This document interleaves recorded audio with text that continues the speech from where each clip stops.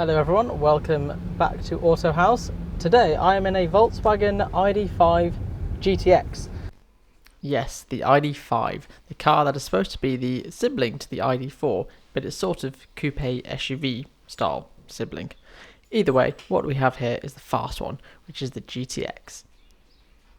So you have 295 horsepower, and that is connected to two motors. There's one at the front and one at the rear. So this is of course all-wheel drive. I've never driven one of these before, as with most of the cars here today, and so this is a bit of a new experience for me as well. But already I quite like the interior of this. It's very nice, it's very minimalist. It does have these kind of touch sensitive haptic feedback buttons, which I'm not a huge fan of, and I know other journalists as well don't really get on with them, but I feel a lot of that is mainly down to the fact that we don't know them. So I'm sure if you got used to the car and you owned the car, it wouldn't be that much of an issue. All right, so we'll just give it a quick, oh, wow, okay. That's torquey. Wow, that was exciting.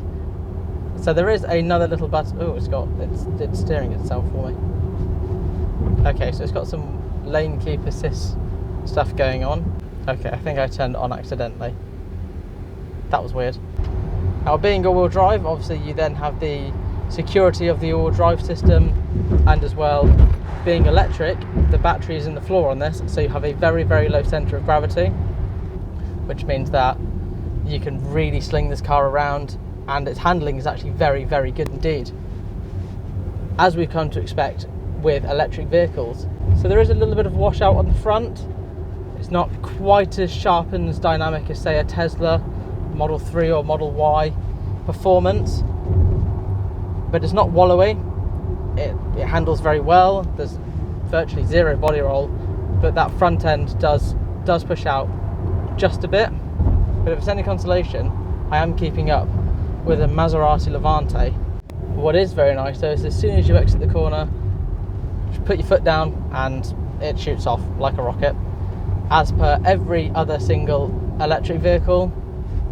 And the thing I always find with EVs is they're never particularly exciting to drive, because there's no noise or any rawness about them. They are just point and click and go, that you don't tend to find that they're fun. But this and the Tesla I do find are actually a little bit enjoyable, I think is the word for that. Its handling is actually very good, and its handling is what makes it enjoyable.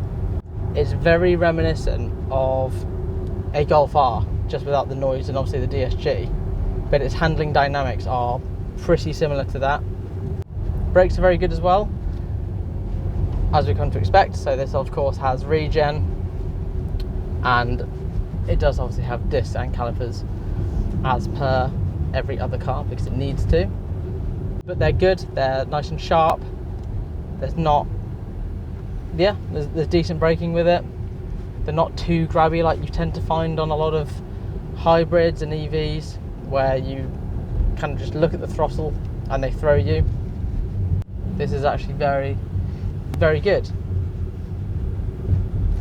I mean, if you are interested in any of the ID kind of versions of any of the cars, I mean, the GTX is the one to get, isn't it? Because, yeah, you've just got that instantaneous torque and all of that power. And as well, you have a little armrest in this, which is quite nice. Interior wise, which I haven't really spoken about because I've been too focused on not binning it. Interior is, you know, it's nice. As I said, it is very minimalist.